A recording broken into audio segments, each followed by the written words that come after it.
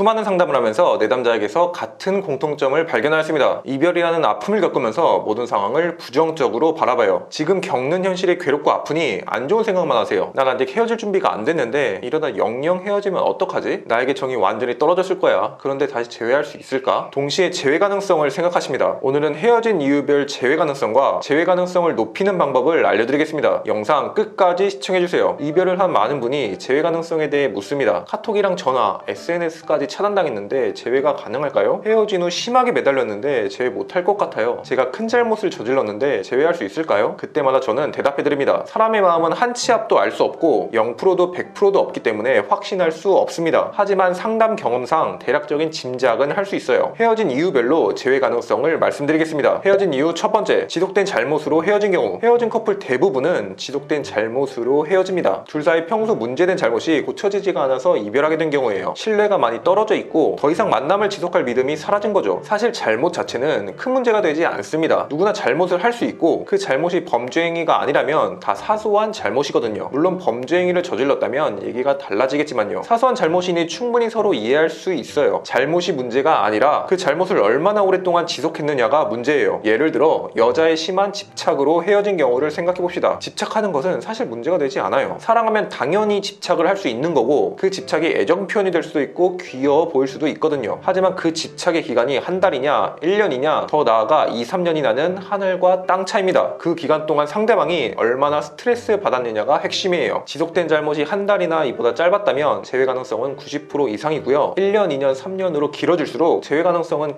기하급수적으로 떨어집니다. 그만큼 잘못된 모습을 오래 보여줬으니 상대방은 생각하는 거죠. 얘는 이렇게 긴 시간 동안 잘못을 했으니 바뀔 수 없는 애구나. 다시 만나도 똑같겠구나. 긴 시간 동안 너무 스트레스를 받았어. 얘랑은 더 이상 만나고 싶지 않아. 이런 생각을 하게 됩니다. 재회 가능성은 많이 낮아지게 되죠. 우리는 변하고 있는 모습을 보여줘야 합니다. 잘못된 모습을 고치려고 노력하고 변하고 있는 모습을 꾸준하게 보여주는 것이죠. 평소 감정적이었다면 심리적으로 안정된 모습을 보여주는 거죠. 책을 읽고 있는 사진이나 운동하는 사진을 카톡 프사나 SNS에 올리는 거죠. 상대방은 이런 모습을 꾸준히 접한다면 깊은 신뢰를 느끼게 됩니다. 악감정은 사라지고 재회 가능성은 더욱 높아지게 되죠. 헤어진 이유 두 번째, 권태로 헤어진 경우. 사귀는 기간이 길어지면서 애정이 식어 헤어지게 되는 경우예요. 둘 사이 특별한 잘못도 없고 평소 싸우지도 않았어요. 하지만 연애에 흥미를 못 느끼고 불타오르는 감정도 없어서 헤어지게 되거든요. 익숙함에 속아서 내 옆에 있는 소중한 것을 잊어버리는 거죠. 권태로 헤어진 경우는 둘 사이 신뢰가 높기 때문에 재회 가능성도 상당히 높습니다. 이별 후 머지않아 허전함과 외로움을 느끼고 다시 연락할 가능성이 크거든요. 하지만 대부분은 본인이 스스로 상황을 망칩니다. 헤어지기 싫어서 심하게 매달리고 스스로 가치를 깎아버려요. 물론 한두 번은 매달릴 수 있어요. 그것은 문제가 되지 않습니다. 심하게 매달리는 것은 상대방 일상생활에 지장을 줄 수 있는 정도로 매달리는 건데요. 전화를 수십 통 하거나 집 앞이나 회사까지 찾아가는 행동들이요. 이런 행동들도 인해 차단까지 당하고 재회 가능성을 낮추는 겁니다. 재회 가능성을 높이려면 상대방의 호기심을 자극해야 합니다. 이전과는 다른 새로운 모습의 사진을 올려서 다시 유혹을 하는 거죠. 특히 남자는 시각에 굉장히 민감합니다. 외적인 변화로 호기심을 쉽게 자극할 수 있거든요. 평소와는 다른 옷 스타일로 입을 수도 있고 좀 더 나아진 외모의 사진을 올리는 겁니다. 우리의 변한 모습에 상대방은 호기심을 느끼게 되고요. 호기심은 관심이 되고 관심은 점점 호감이 되면서 재회 가능성은 높아지게 되죠. 헤어진 이유 세 번째, 현실적인 문제 때문에 헤어진 경우. 둘 사이의 문제는 없지만 현실적인 문제 때문에 이별하게 됩니다. 갑작스러운 경제적 문제나 군대, 유학, 장거리 커플이 있는 상황이 이런 경우죠. 현실적인 문제가 해결이 안 된다면 재회 가능성은 상당히 낮습니다. 하지만 문제가 해결되면 재회 가능성은 상당히 높아지죠. 저는 이번 영상에서 헤어진 이유를 크게 세 가지로 두었습니다. 물론 세 가지 이유 말고 많은 이유가 있지만 이 세 가지가 가장 많은 이별 사유입니다. 여러분, 이별로 많은 분이 힘들어하시고 재회에 대해 생각하시는데요. 과거에 대해 자책하고 후회하고 괴로워하는 분이 많이 계세요. 그럴수록 점점 우울해지고 자존감만 낮아지거든요. 우리는 지금 할 수 있는 것과 할 수 없는 것에 대해 생각해야 합니다. 이미 과거에 저질렀던 일은 돌이킬 수 없어요. 우리는 재회를 위해 할 수 있는 최선의 일을 해야 해요. 재회 가능성 0%는 없기 때문에 가능성을 높이기 위한 방법을 찾아야 합니다. 도움이 필요하시면 제가 여러분을 도와드릴게요. 제가 힘을 드리겠습니다. 오늘 영상 중 제가 말한 것 외에 다른 상황의 재회 가능성이 궁금하시다면 영상 하단에 고정 댓글을 참고해 주시기 바랍니다. 재회와 연애에 대한 칼럼을 네이버 카페에서 무료로 보실 수 있습니다. 오늘 영상이 도움됐다면 구독과 좋아요 부탁드립니다. 시청해 주셔서 감사합니다.